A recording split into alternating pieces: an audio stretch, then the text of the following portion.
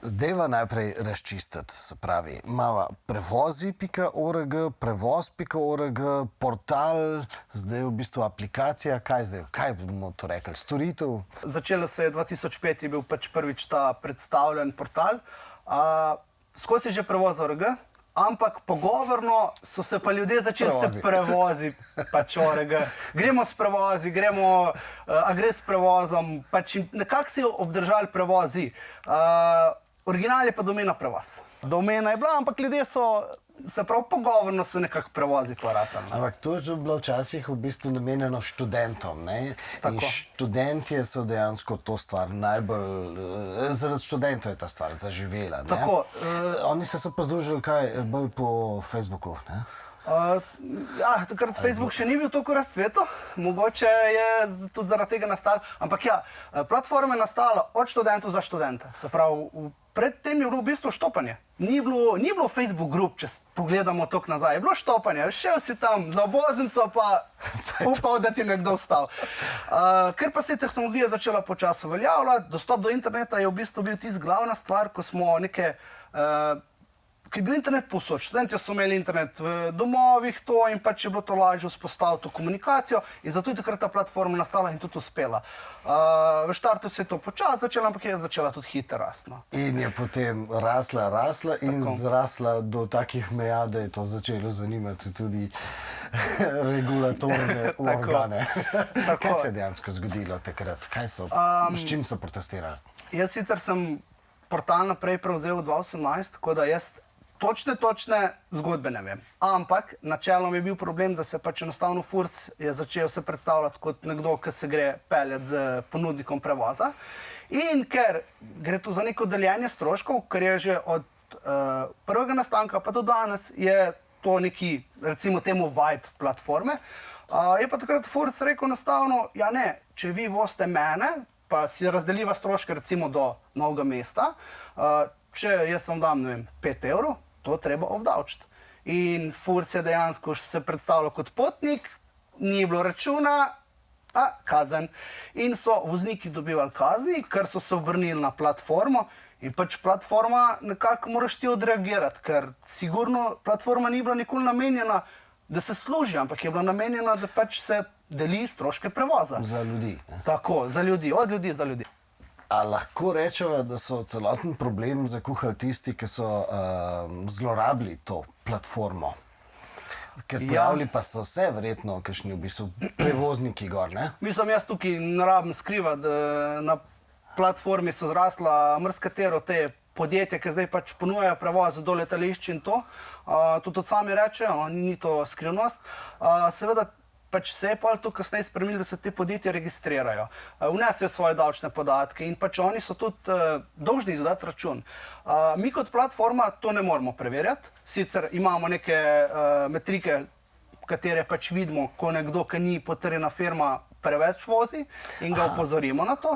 Ampak generalno, ja, na platformi že takrat se je ločevalo in zdaj se ločuje profesionalne in pa pač recimo temu casual voznike, ki pač vozijo se ali na faks, ali na delo, oziroma še imaš opravke recimo iz Novega mesta v Ljubljani, zakaj ne bi še zraven vzel pač 2-3. Zdaj smo dejansko prišli do tiste točke, kako je danes zdaj to regulirano, da ta stvar dejansko gre skozi tudi davčno, pa tudi v bistvu nasplošno, da to ni resno delo na nek način, ne? Kako je tukaj zdaj urejeno v Evropi in v Sloveniji? V Evropi je zdaj urejeno pač, da če je firma se registrira, da vozi kot firma, je to treba nekako potrditi. Se pravi, firme v resnici se lahko tudi? Firme se lahko registrirajo in tudi firme pri nas dobijo posebno značko, tak avtoček, oziroma avtobusek. Gremo kar pogledati, ne?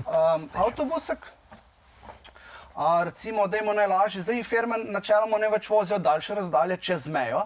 In to je recimo, dajmo tlele, mogoče grejo kar na letališča. Se pravi, če imate recimo pot recimo do Münchna?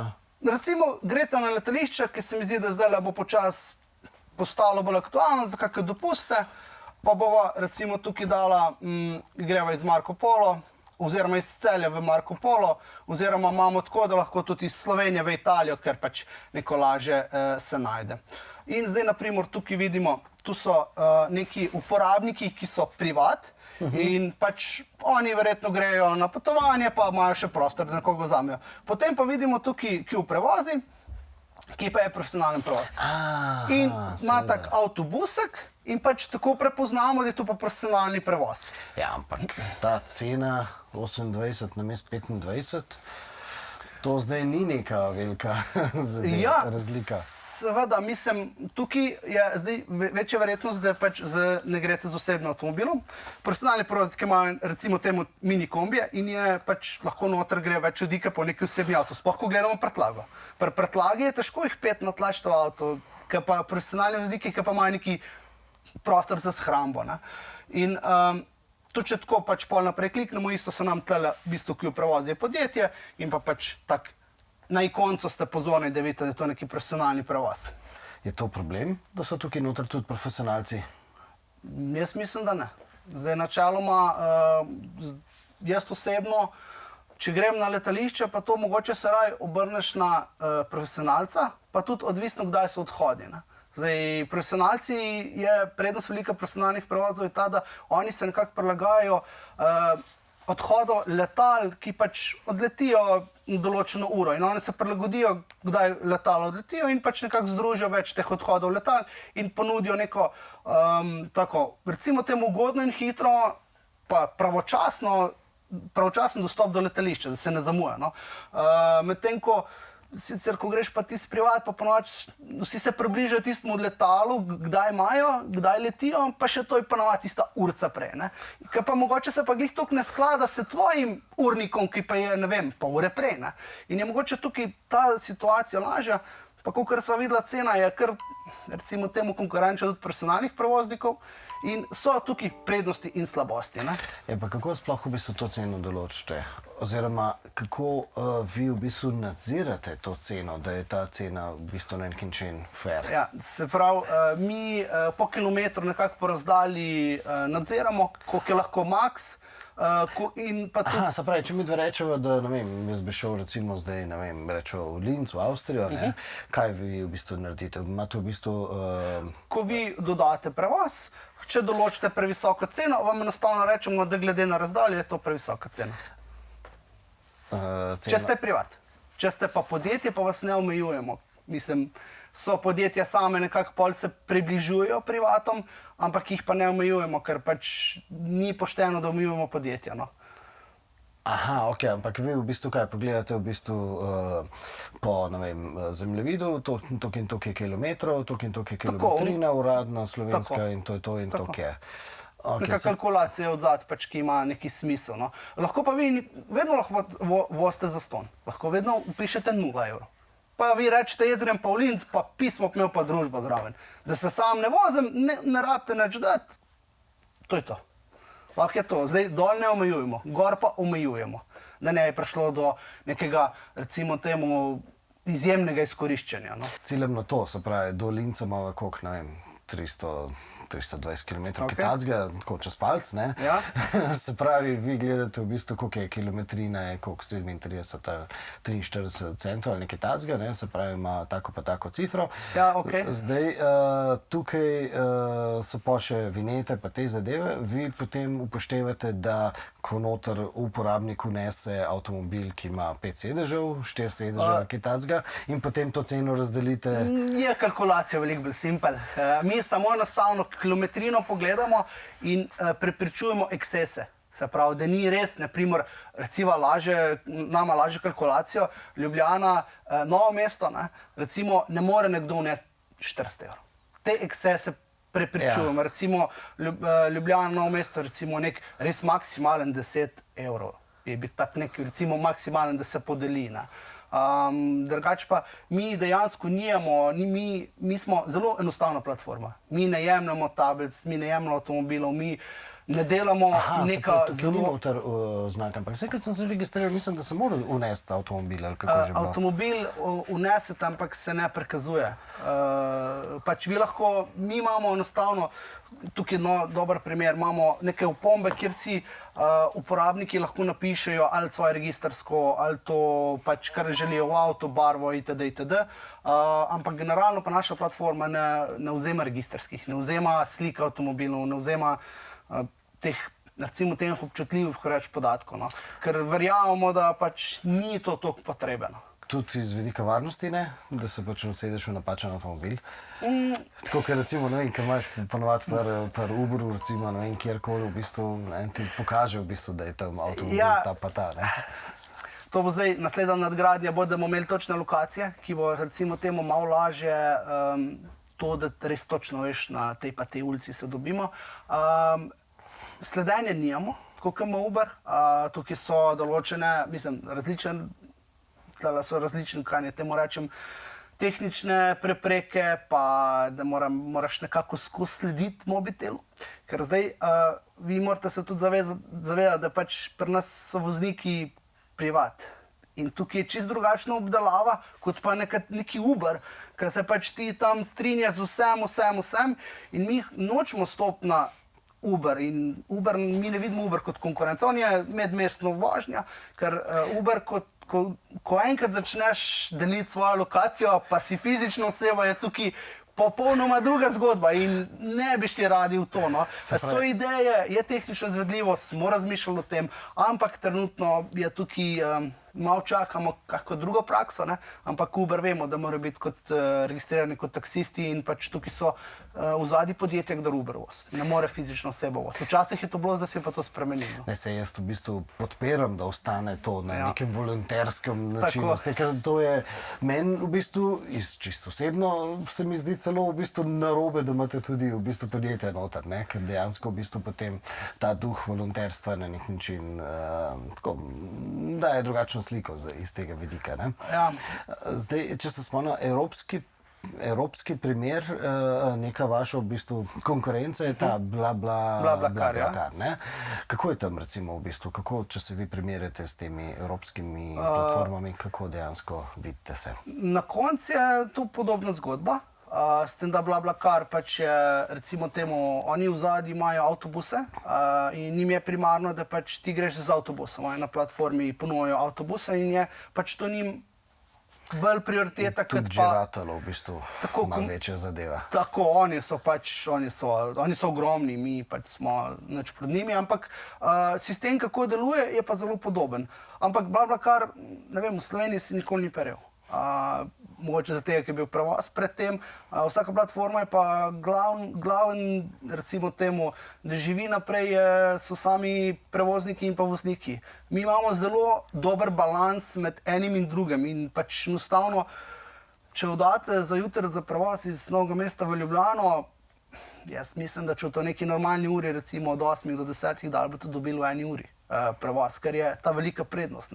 BlaBlaCar tega nima, ne? In je pač zelo težko tam včasih dobiš. Je pa BlaBlaCar močan recimo za avtobuse, ne vem, ok, šel bi iz Ljubljane v München, je pa tam avtobus zelo bolj dostopen. Nekaj, kar mi nijamo, recimo. Mi avtobusu ne ponujemo. Se pravi, še enkrat, verjamem, da niste za biznis, da imamo gor, ampak na koncu moramo tudi mi nekako živeti, da lahko imajo vsi ostali uporabniki prosto. Lahko rečem, da imamo mi 0,3% provizije. Ne, se pravi, ljudi, ki vozijo kot profesionalci, se pravi podjetij, tako da je ta šer zelo majhen. Provizija je pa izključno pade na podjetja oziroma tisti, ki grejo izven Slovenije. Se pravi, da nekako... Se pravi, Slovenci v bistvu med sabo? Lokalno je zastonj. Lokalno imajo vsi zastonj, tudi biznis imajo zastonj, lokalno, 10 voženj na teden. 10 voženj je predvsem iz strani regulative, ker pač to je zdaj, kdaj voziš profesionalno, pa to recimo, če greš na delo, greš 5-krat na teden na delo, ne 12-krat. Ne? Tako da 10 na delo pa izdela, da daš in to je nekako, recimo temu, še v spiritu car sharinga. Vse, kar je več, je to že neki eksces. Carpoolinga rečemo, ne? Ja, tako carpoolinga, tako. Se pravi, uporabljamo izraz sopotništvo. Je to tisto, kar vi tukaj govorite? Recimo, da se je to uveljavilo v Sloveniji. So pa različno, car share, carpooling, sopotništvo. Dobro, ok. Ampak, če vi nimate zdaj provizije tukaj, kako pa sploh platformo lahko vzdržujete, pa serverje, pa diskovje se je podražilo, pa take zadeve, kaj? Pa RAM, Ja, pa še kaj drugega. Kako pa potem dejansko v bistvu lahko zaslužite, da ta stvar funkcionira? Tako, se pravi, mi imamo neke mehne pribitke na vdan prevoz, ki gre izven Slovenije. Se pravi, če greste Slovenija, Srbija, je 1 evro, če greste Slovenija, Hrvaška, 1,5 evra. Tako da to so neki pribitki in večina teh pribitkov in ceno plačujo profesionalni prevozniki. Zato pač tudi, mogoče vi niste tukaj za profesionalne, nam pa oni vzdržujejo platformo. Tako da pač oni, ki na letališče vozijo neki majhen fee, ko da prevoz, pač plača. Zakaj pa ne bi to plačevali tudi privatni? Za uporabniki? Recimo ne zaenkrat ostane, no, pa upam, da še tudi prihodnje brezplačno. Mislimo, da pač imamo veliko študentov, vse je drugo ratalo že skozi leta in neka ta v štartu je bila že duša, da je pač tu zastonj. Da je to kot sopotništvo, to so tudi naredili takrat študenti. Sam iz vidika sprašujem predvsem iz tega stališča, ne, da če hočemo, da bo to volontersko tudi čez 2-3 leta nekako funkcioniralo, pa da bo res zastonj, je treba nekako si tudi te stroške deliti in ne vem, jaz bi pričakoval, da bo necelih 5 centov na samo storitev šlo tudi za to, da bi se te zadeve lahko dejansko funkcionirale in kaj pa vem, se danes počujemo vsaka stvar, ne? Je pa problem, če bi bilo predrago to, ne? Tukaj je bilo kar veliko jeze, bom rekel, že ko smo to predstavili, neki mehen fino. Tako da damo vsem pač 5 centov pa neki, mislim, da ne je bilo to dobro sprejeto, glede na odzive, ki smo jih dobili že v štartu, sicer je bilo malo napačno dovzetno, da je to pa zdaj plačljivo, kar pač ni bilo plačljivo, je za tiste 1% ljudi mogoče, no, pa še manj bi rekel. In pa še to je od tega, recimo temu polprofesionalnih voznikov. Tako da pač zaenkrat je to pač ostane brezplačno, ker takoj, ko greš tudi na te mehne zneske, je zelo problematično. Kartični fees so visoki, zdaj, da nekdo nalaga zdaj gor, ne vem, 5 evrov, pa da ima gor, pa porabo tega 20 centov, je kaj pa naredil, pač ni ekonomsko neka upravičenost, recimo temu. Nam pa tudi ni interes, da zdaj tukaj nekem študentom poberamo po tistih 5 evrov. Se pravi, kad enkrat pridemo do tega nivoja, da potem spet preveč postane posel. Tako, tako. Poskušamo tisto neko, recimo temu sredino loviti, da je to neki prilivi, da so, ker pač zmeri vzdrževanje je res ratalo drago, kaj ne rečem, pač. Malo vrtam v ta finančni, to ozadje, predvsem zaradi tega, ker me zanima, ali bi to po vašem mnenju, iz vašega stališča, kar morala nekako podpreti, kar recimo naša država, ne? Ali pa posamezne občine, zato ker v bistvu to sopotništvo postaja nekaj tistega, kar v bistvu ljudje potrebujemo, je koristno, pa tudi v bistvu celotna skupnost ima od tega neko korist, če nimamo, da se vsak vozi sam zase. Pa tudi Evropa hoče to, ne? No, tle država je že nekaj podprla, no, Ministrstvo za promet smo lani neki projektek delali mini, no, tako da nekaj je bilo priliva. Ampak se strinjam, ja, tukaj je zelo premalo financ iz strani države, kateri bi mogli biti to interes, ker pismo obvoznice zabita.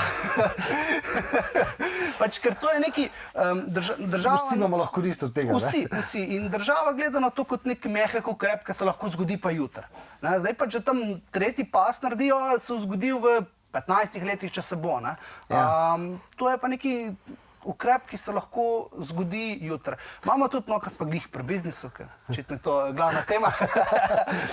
Ponujemo mi tudi eno zelo zanimivo stvar in sicer podjetja lahko dobijo kodo in samo katero kodo razdelijo njihovim zaposlenim in pa s to kodo oni vidijo lokacije, kateri mi določimo. In recimo se javljamo, se pogovarjamo z velikimi podjetji, to so res podjetja, 1000+ zaposlenih na lokaciji, ki pa jim enostavno začeli zmanjkvati parkingov. Pač podjetja se v Ljubljani, seveda, podjetja se srečujejo s tem problemom, da se nimajo kam več parkinga širiti. In pač tudi zdaj oni, podjetja sama velika, iščejo neke ukrepe, da spodbujajo v podjetju carpooling. In imajo dobre ideje. Zdaj se z nekim podjetjem pogovarjamo, ki pač bodo enostavno rekli, ok, če se dva pripeljata v avto, dobite prime spot v garaži. Če se pripelješ eden, dobiš dobiš parking popolnoma tam nek v kotu parkinga. In se mi zdi to neka taka zanimiva pa dobra, sploh pozimi, stvar za zaposlenega. No. Je pa tukaj spet ta carpooling pride nekako v veljavo, ne vem, ko je oddaljenost 30 km. Ja. Ker danes, če greš 10 km, pa ne da se meni unga pobrati, pa ne da se mi uno gre. Bicikl je tukaj vse v redu, ampak govorimo izključno o avtih. Ja. In pač vsi imamo to radi ugodje, vse da se v avto, 5 km se zapeleš, to je to. Pa bi lahko vmes ostalo na postaji, pa še enega pobral sodelavca. Pa se ti ne da, pa zamujaš, pa tako, no. Jaz vidim, da v bistvu sodelavci se sami po sebi že v bistvu tako ali tako zmenja, ne? Bolj je sama stvar tisto, da so mogoče sovaščani v bistvu, ki se peljajo, recimo. Mislim, pa se greš kar čez velik mest, pa mrsko ga lahko prebereš. Ker naša platforma, mi tudi opazimo, pač dvakrat date v glas gor, pa se pa neke redne najdete, ki se vozite na delo. Mi tega ful veliko opažamo, ki je pač... že po bazi v zadnji. Ja, pa seveda, mislim, ko vidimo, oddajo prevoze nekajkrat po 3, pol po 2, pol po enega, ne, in pač voz se pa, vidimo, da se pa voz na delo, recimo. In pač on je našel neke redne, ki se pa z njemu voze in ne rabe se več oddajati na platformi. Oni so se dogovorili. In mi te sploh ne vidimo, ne. V naši bazi mi v štartu ga vidimo, pa ga pa zgubimo. On je v bistvu... Mi smo dosegli cilj, mi smo jih povezali in oni se zdaj vozijo na delo. Zmanjšali smo obvoznico, kolikor smo lahko, in pač se vozijo, ker na šiht vedno oziroma na delo greš v bistven čas in tudi greš. In ko se enkrat najdeš, ne kompliciraš. No. Pa tudi vidimo, kako bolan, pa se dva spet pojavlja. To je bilo malo tako naša raziskava interna, ki smo jo delali. No. In tudi povezujemo ljudi. In pol pač, ker za nas ni dobro, izgubimo iz platforme zaradi tega, ker jih povežemo. Ker jih ne moramo jih zavezati, ampak važno je, da naš cilj je dosežen. No, razumemo, da ni posel, ne? Ja, tako.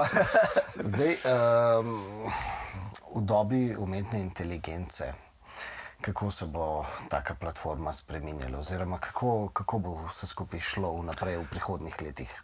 Mi vidimo, da je pohitrilo razvoj, ker zdaj smo že tam, da pač se ta zadeva zelo lažje razvija, kar je za nas... Kaj pa pomeni sploh razvoj za vas? Kaj sploh treba narediti, ker iz vidika volonterstva se je narejeno. Ja, z vidika je, dok pač stvari ne umrejo, pa nehajo delati. Pač problem je, da tehnologija gre tako hitro naprej, da se skozi neke posodobitve so. Regulativa, samo z Apple, pač Apple na mesečni bazi ti pošilja, to morate spremeniti, ker imamo neke nove regulative. In se appi updatajo. Razvijali smo tudi zelo ta matching, pač da se med sabo... Matching je kaj? Poklika se, da pač gre z mano. Prej je bilo, da si prek telefonov se šlo, zdaj pa se poklikaš, rezerviraš in pač potem gre, da gremo mi dva čez. To je predvsem na odziv, ko so potniki izkoriščali. So se zmenili spet prevozi, pol je pa enega šel, ko mi je bil najbolj ugoden.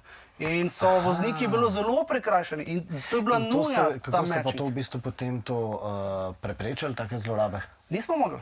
Ker prej je bila platforma, telefonska številka in si poklical. In jaz ne vem, kaj sta se one dogovorila v zunji. Bilo je veliko suporta, pa veliko mailov, on me je pustil, on ga ni bilo, tretjega ni bilo. In so potniki izjemno to izkoriščali.